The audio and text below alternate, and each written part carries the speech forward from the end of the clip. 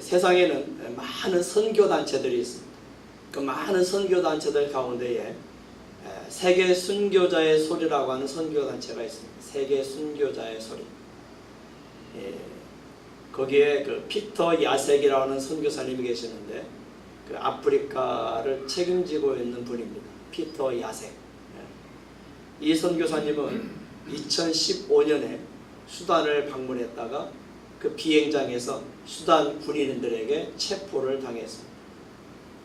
그 군인들이 비행장에서 이 선교사님의 가방을 뒤졌는데 그곳에서 그 가방 안에서 기부금 영수증이 나온 거예요.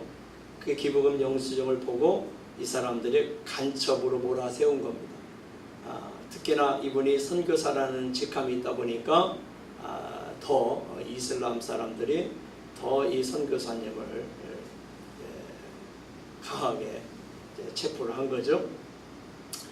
그렇게 해서 이제 재판을 받았는데 이슬람 사람들에 의한 재판이고 군인들에 의한 재판이니까 그게 뭐 공정하게 공평하게 이루어지겠어요? 종신형을 선고받았어요. 그 기부금 영수증 하나 때문에 그 간첩 혐의로 해가지고 종신형을 선고받았습니다. 이 야색 선교사는 그동안 이 세계 순교자의 소리라는 선교단체에서 15년 동안 많은 나라에 핍박받는 박해를 당하는 성도들을 섬겨온 선교사입니다. 특히 나이지리아의 그 이슬람 극단주의 테러 조직인 보코하람이라고 들어보셨죠? 보코하람. 이 테러 조직의 그 공격을 당한 그리스도인들이 나이지리아에 굉장히 많지 않습니까?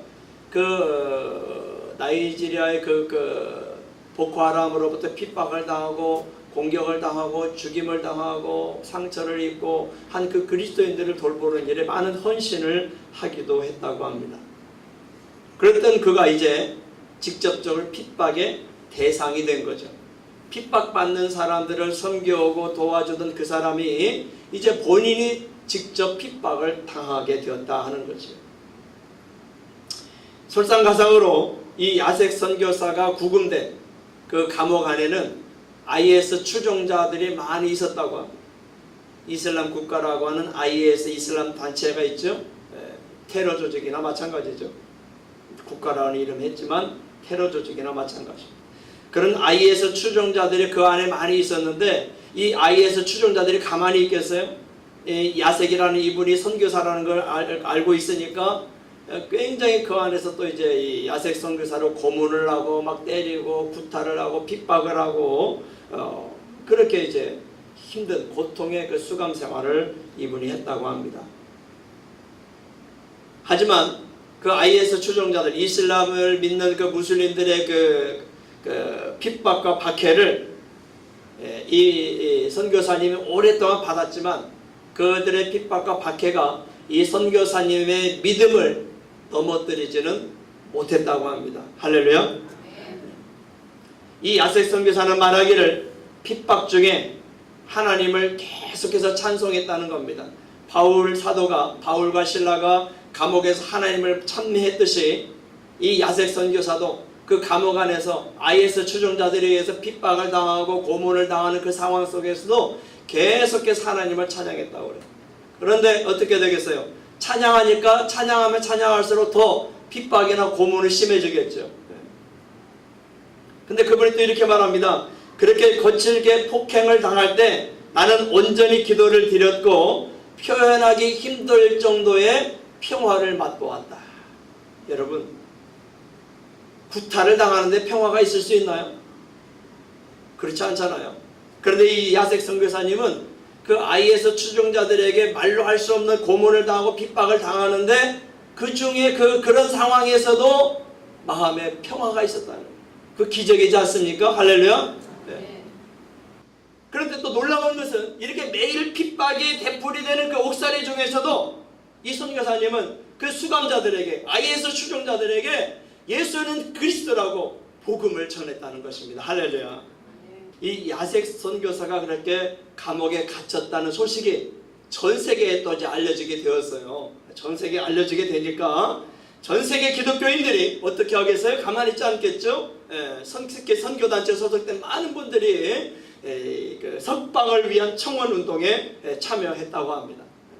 뭐 전 세계에서 막 그리스도인들이 석방해야 된다고 서명을 하기도 하고 방송에 나와서 인터뷰도 하게 되고 하니까 뭐 국제적으로의 수단이 또 어려움을 당할 수 있잖아요. 정치적으로나 경제적으로. 그러니까 결국은 이 선교사님을 이제 풀어주게 되었다고 그래요.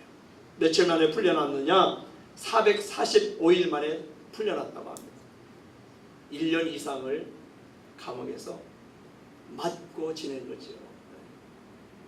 그럼에도 불구하고 믿음을 포기하지 않았고, 그럼에도 불구하고 그곳에서 예수님을 전했다는 거죠.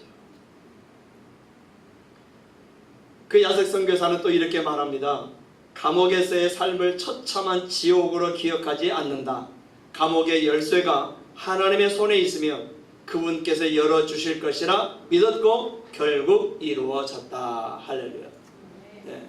감옥에 있으면서도, 그렇게 핍박을 당하면서도, 그렇게 고문을 당하면서도 하나님이 감옥의 열쇠를 쥐고 계시니까 언젠가 때가 되면 이 감옥문을 열어주실 것이다. 그리고 내가 나가게 될 것이고, 내가 나가면 다시 전 세계에 고통받는 그리스도인들을 섬기게 될 것이다. 확신을 가지고 있었다는 거죠.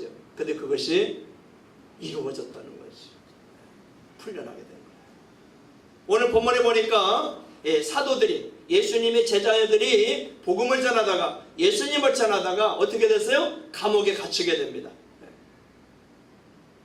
왜냐하면 이 예수님의 12제자들 12명밖에 안 되잖아. 가룟 유다는 죽었고 나중에 마띠아가 들어와 12명이 됐지 않습니까? 이 12명의 예수님의 제자들이 전국을 돌아다니면서 예수님을 전하는 거예요. 복음을 전하는 거예요. 근데 예수님을 전할 뿐만이 아니라 기적을 나타내는 거예요. 병자들이 치유되어지고 많은 사람들이 예수를 믿겠다고 추종을 하고 하니, 그 유대 나라에 원래 가지고 있던 종교가 유대교라는 종교잖아요. 그 유대교 종교 지도자들이 그걸 좋게 보겠어요? 나쁘게 보겠어요?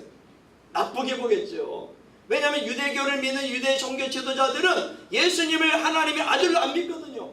예수님을 구세주를 안 믿거든요. 그런데 이 예수님의 제자들은 예수님이 구세주다, 예수님이 하나님의 아들이다, 예수님을 믿어야 구원받는다고 자꾸만 증거하고 다니고, 이 예수님의 제자들 가는 곳곳마다 병자들이 막 치료되어지고 귀신들이 쫓겨나가고 하는 놀라운 일들이 일어나니까 수많은 사람들이 예수님의 제자들을 막 따르는 거예요.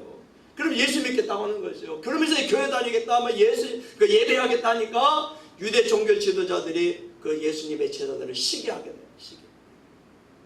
자기들은 그렇게 못하잖아요. 자기들은 병자들을 고치지도 못하죠. 귀신들을 쫓아내지도 못하죠. 그렇게 막 사람들로부터 존경받지도 못하죠. 그러니까 이 제자들을 시기하면서 제자들을 다 잡아가지고 감옥에 가둬버린 거예요. 그런데 놀라운 일이 일어납니다. 19절에 보면 주의 사자가 밤에 옥문을 열고 끌어내어 이르되, 천사들이 와가지고요 감옥문을 열어주었다는 것이죠. 야색 선교사가 고백했던 것처럼 이 감옥의 열쇠는 누구에게 있다? 하나님께 있다라고 고백했던 것처럼 하나님께서 이 제자들의 그 감옥문을 천사를 통해서 열어주셨음을 믿으시기를 바랍니다. 그러면서 천사들이 이렇게 말하죠. 사도들에게, 제자들에게. 20절에 보면 가서 성전에 서서 이 생명의 말씀을 다 백성에게 말하라 하매. 20절 같이 한번 읽어볼까요? 시작. 가서 성전에 서서 이 생명의 말씀을 다 백성에게 말하라. 아멘. 그리고 이 제자들이 어떻게 했어요? 다시 어디로 갔어요? 성전으로 갔어요. 감옥에서 풀려난 제자들이 성전에 갔어요. 왜 갔어요? 성전에 가서 복음을 전하려고, 성전에 가서 예수님을 전하려고 성전으로 간 거예요. 여러분, 예수님을 전하다가 핍박을 당하고 예수님을 전하다가 감옥에 갇혔으니까, 그런데 이제 하나님의 은혜로 풀려났으니까 가려면 어디로 가야 돼요? 안 갇히려면 이제 감옥에 갇히지 않으려면, 잡히지 않으려면 어디로 가야 돼요? 사실은 제자들이 다른 지역으로 가야죠. 멀리 흩어져야죠. 그런데 어디로 갔어요? 성전으로 갔어요. 성전에 가면 누가 많아요? 유대 종교 지도자들이 많은 곳이잖아요. 자기들을 잡아가지고 감옥에 가든 그 유대 종교 지도자들이 많은 성전으로 가서 복음을 또 전하는 거예요. 왜? 그곳에 유대 종교 지도자들 뿐만이 아니라 아직 예수님을 믿지 않는 많은 유대인들이 있다 보니까 그들에게 예수님을 전하기 위해 성전으로 담대하게 걸어가서 그곳에서 복음을 전하게 되었다는 것입니다. 아마 저 같으면, 제가 목사이긴 하지만 이럴 수가 있을까? 내가 과연 이 시대에 이런 상황이라면 내가 다시 성전으로 가서 담대하게 복음을 전할 수 있을까? 아니면 하나님 뜻은 그것보다 다른 곳에 있나 보다 하고 다른 곳으로 갔을까? 이런 생각을 해보게 됩니다. 얼마 전에 북한에 수감되어 있다가 풀려난 분들이 계시죠? 그 중에 선교사님들도 계시고 목사님도 계시고 그렇죠. 그분들이 풀려난 이후에 어떻게 해요? 또다시 북한을 위해서 사역을 하시죠. 북한의 동포들을 위해서, 그들에게 복음을 전하기 위해서, 그들에게 예수님을 전하기 위해서, 그리고 북한의 자유가 임하도록 하기 위해서 또다시 북한 사람들을 만나고 또다시 북한 선교 사역을 감당하고 있는 것을 보게 됩니다. 근데 여기서 우리가 이걸 깨달아야 합니다. 왜 하나님이 천사를 통해서 옥문을 열어주셨을까요? 오늘 말씀의 제목이 옥문을 열고죠. 옥문을 열고. 왜 옥문을 열어주셨을까요? 가서 성전에 서서 이 생명의 말씀을 다 백성에게 말하라. 하나님께서 이 사도들을 감옥에서 풀어나게 하신 이유, 감옥문을 열어주신 이유, 그것은 생명의 말씀을 전하라고 하신 것을 믿으시길 바랍니다. 이 생명의 말씀이 뭐예요? 우리에게 영생을 주는 말씀이라는 것이죠. 죽음에서 살려주는 말씀이라는 말씀, 그 죽음에서 살아나게 하는 말씀이라는 것이죠. 성경은 말씀하기를 한 번 죽는 것은 사람에게 정한 것이라고 말씀합니다. 누구나 다 죽습니다. 그렇죠? 네. 교회를 다녀도 죽고 교회를 안 다녀도 죽고 사람은 누구나 다 죽습니다. 사람에게 정해진 것이기 때문에. 그런데 영원히 살 수 있는 길이 있다는 거예요. 영원히 살 수 있는 길. 그게 뭐냐? 생명의 말씀을 듣는 겁니다. 생명의 말씀. 근데 이 생명의 말씀의 핵심이 뭐냐? 제가 성경학교 하면서 아이들에게 설교를 할 때 그런 얘기를 했습니다. 예수님에게 핵심 두 가지가 있는데 예수님에게 있는 핵심 두 가지가 뭘까? 첫째, 십자가. 둘째, 뭐예요? 부활. 예수님에게 있어서 핵심은 십자가와 부활이다. 예수님에게 십자가가 없으면 의미가 없고 예수님에게 부활이 없으면 의미가 없다. 할렐루야. 예수님의 십자가가 있기 때문에 우리가 죄사함을 받을 수 있었고 예수님의 부활이 있었기 때문에 우리가 영원한 생명에 대한 부활을 소망할 수 있음을 믿으시기를 바랍니다. 여기서 가서 이 생명의 말씀을 다 백성에게 말하라. 즉 예수님을 전하는 것이죠. 예수님의 십자가를 전하라는 것이죠. 예수님의 부활을 전하라는 것이죠. 왜? 예수님의 십자가 부활을 믿어야 영생에 이를 수 있으니까, 영원한 생명에 들어갈 수 있으니까, 하나님을 만날 수 있으니까, 우리 인생을 창조하신, 우리 사람을 창조하신 하나님을 만날 수 있는 길이 예수님을 통한 길이기 때문에 이 생명의 말씀을 전하기 위해서 사도들을 감옥에서 풀어낸 줄로 믿으시기를 바랍니다. 사랑하는 여러분, 왜 하나님의 저와 여러분을 구원해 주셨을까요? 왜 하나님의 저와 여러분에게 은혜를 주셨을까요? 왜 하나님이 저와 여러분을 하나님의 자녀로 삼아 주셨을까요? 왜 하나님의 저와 여러분을 오늘 이곳에 있게 하셨을까요? 왜 하나님의 저와 여러분을 좋은 곳으로, 더 좋은 곳으로 이렇게 옮겨가게 해 주실까요? 이사하게 해 주실까요?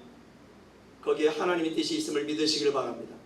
그곳에서 생명의 말씀을 전하라는 것을 오늘 성령의 음성으로 들으시기를 주님의 이름으로 축원합니다. 하나님이 왜 나를 이 직장으로 보내셨을까? 하나님이 나를 왜 이 편안동으로 보내셨을까? 하나님이 왜 나를 이곳으로 보내셨을까? 왜 하나님이 이 가정으로 나를 보내셨을까? 하나님이 왜 나를 이 학교로 보내셨을까? 생명의 말씀을 전하라고 하는 것을 믿으시기를 바랍니다. 그런데 또다시 잡혔죠? 그 복음을 전한다고, 생명의 말씀을 전하라는 이유로 또다시 사도들이, 예수님의 제자들이 잡혀 들어옵니다. 그러면서 이야기하죠. 28절에 보면 이렇게 이야기합니다. 사도들을 잡아온 자들이 유대 종교 지도자들이 말하기를 이르되 우리가 이 이름으로 사람을 가르치지 말라고 엄금하였으되 너희가 너희 가르침을 예루살렘에 가득하게 하니 이 사람의 피를 우리에게로 돌리고자 함이로다. 우리가 너희들에게 분명히 말했지? 이 예수의 이름으로 말하지 말라고 했지? 예수를 전하지 말라고 했지? 부활을 전하지 말라고 했지? 그런데 왜 또 말해? 이런 뜻입니다. 너희들 혹시 너희들이 추종하는 예수의 그 피에 대해서 책임을 우리한테 돌리려고 하는 거 아니야? 이런 식으로 또 이야기를 하죠. 그러니까 29절에서 베드로가 이렇게 이야기합니다. 함께 읽어볼까요? 29절, 30절 두 구절을 함께 읽어보겠습니다. 시작.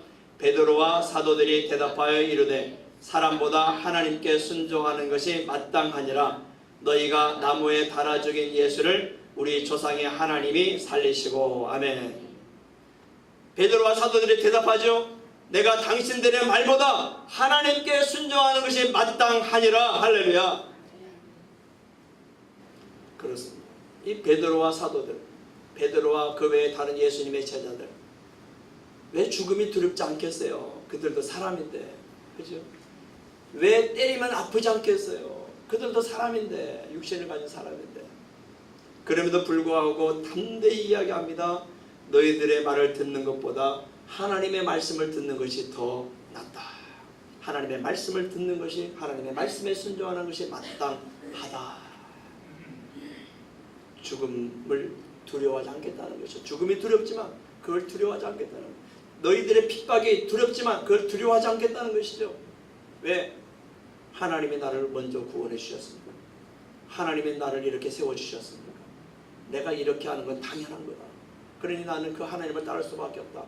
나에게 생명 주신 이를 따르는 게 당연하지 않겠습니까? 그렇지 않아요? 여러분?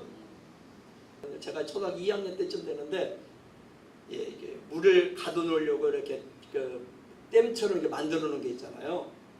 뭐죠? 그걸 뭐라고 하죠?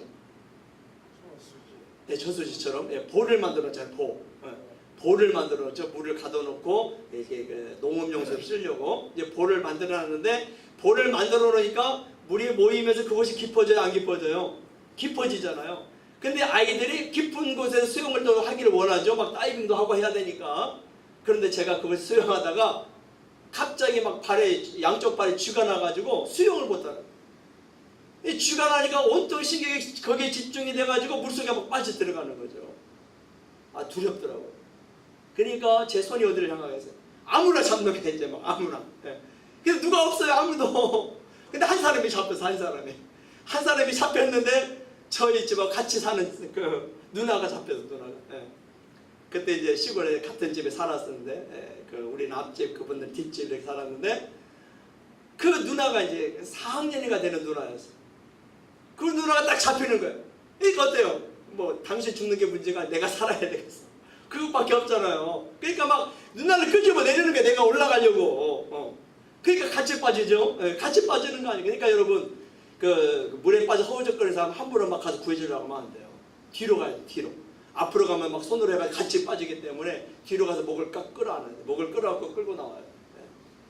아니면 이렇게 뭐 던져주든지. 예. 그때요, 그 누나가요, 놀래지 않고 수영을 잘했어요. 마침 하나님 은혜로. 그래가지고 저를 끄집어 내줬어요. 예. 더 당황하지 않고 저를 막 끄집어 내줬어요. 야, 만약 그때 제가 살아나지 않았으면 우리 봄이 별이가 어떻게 이 자리에 있을 수 있겠어요? 예. 그때 하나님께서 저를 기억하셨는지, 예, 나중에 목사로 쓰시려고 기억하셨네. 그때는 시골에 있으니까 교회를 다녔죠. 어릴 때 우리나라에서 교회 안 다니는 사람이 있으면 간첩이라고 할 정도로 교회를 많이 다녔잖아요. 어릴 때는. 저도 시골에서 교회를 다녔었어요. 어쨌든 하나님이 그렇게 그 누님을 통해서 구원을 주셨어요. 근데 그때 이후로 그 누나가 얼마나 감사한지요. 그러지 않겠어요? 제 생명을 살려줬는데, 그죠? 그 누나 볼 때마다 고마워, 누나. 그 먹을 거 있어. 우리가 이제 저희 집이 구멍 가게였어요. 그때 요즘 말로 슈퍼죠, 슈퍼. 시골에서 슈퍼를 했는데, 먹을 거 있으면 이제 어머니 몰래 먹을 거 가지고 누나 갖다 주기도 하고. 근데 누나가 나를 좋아해서 결혼했을 수도 있을 텐데. 어쨌든 그렇게 막 누나만 보면 감사한 거예요. 누나만 보면 고마운 거예요. 나를 살려줬기 때문에. 예. 그렇지 않겠어요? 여러분, 저와 여러분의 생명을 구원하신 분이 하나님이신 걸 믿으시기 바랍니다. 그래서 우리가 하나님에게 너무 감사해서 주일마다 이렇게 와서 예배드리는 거 아니겠어요? 다른 사람들 수영장 가고 다른 사람 놀러 가다가도 하나님의 그 은혜가 감사하니까, 나를 살려주신, 내 죄를 용서해 주신 누구를 통해서? 그분의 아들 예수님을 통해서, 그분의 아들 예수님을 죽이심으로 나를 살려주셨으니 그 하나님의 은혜가 얼마나 감사해요. 내게 생명을 주셨으니 죽음으로 끝나지 않고 지옥을 향하지 않고 영원한 천국을 갈 수 있도록 하나님의 길을 만들어 주셨으니 이보다 더 큰 은혜가 어디 있겠습니까? 그래서 제가 대학을 졸업하고 일반 직장 가지 않고 신학대학원 간 거 아니겠어요? 목사가 되겠다고. 형님들이 엄청 반대했습니다. 어머니가 교회를 다니셨지만 왜 그냥 그 직장 다니며 교회 생활 열심히 하지, 뭐 교회 신학교까지 가려고 하냐. 형님들은 막 이놈 자식 돈 들여서 공부시켜놨더니 신학교 간다고. 또 포항제철에게 형님은 너 졸업하고 여기 포항제철 오라고 했더니 왜 또 신학교 간다고. 이런 말 저런 말을 끊임없이. 바로 우회 형님은 국어 선생님인데 만날 때마다 나를 조롱하고 빈정대는 말 있잖아요. 빈정대는 말. 얼마나 힘든지. 그런데 하나님의 은혜가 너무 크니까 그런 거 다 소용없어요. 아무리 그래도 나는 갈 거야. 목사가 될 거야. 왜? 내가 목사가 돼서 더 많은 사람들에게 복음을 전하고 더 많은 사람들에게 선한 영향력을 끼치고 싶어. 그 하나님의 사랑이 감사해서. 사랑하는 여러분, 사람보다 하나님께 순종하는 것이 마땅한 겁니다.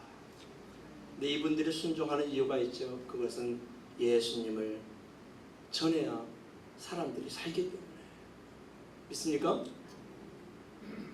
목사가 어떤 그 생활을 하기 위해서 목회하는 거 아니잖아요. 여러분들이 다른 사람에게 어떤 유익을 얻기 위해서 전도하는 거 아니잖아요. 그렇죠? 물론 그분들은 오해할 수 있어요. 돈 벌려고 목사한다. 너 왜 나를 전도하려고 하냐? 너에게 뭐 가면 교회 가면 너에게 뭐가 유익이 있어? 오해하는 사람도 있을 수 있어요. 우리가 우리를 위해서, 우리 자신을 위해서 전도하는 게 아니잖아요. 그렇죠? 그분들을 위해서 예수 믿으라고. 그래야 생명이 있다고. 그래야 영생을 얻을 수 있다고. 그래야 죄사함 받을 수 있다고. 우리가 너무너무 안타까워서 전하는 거 아니겠습니까?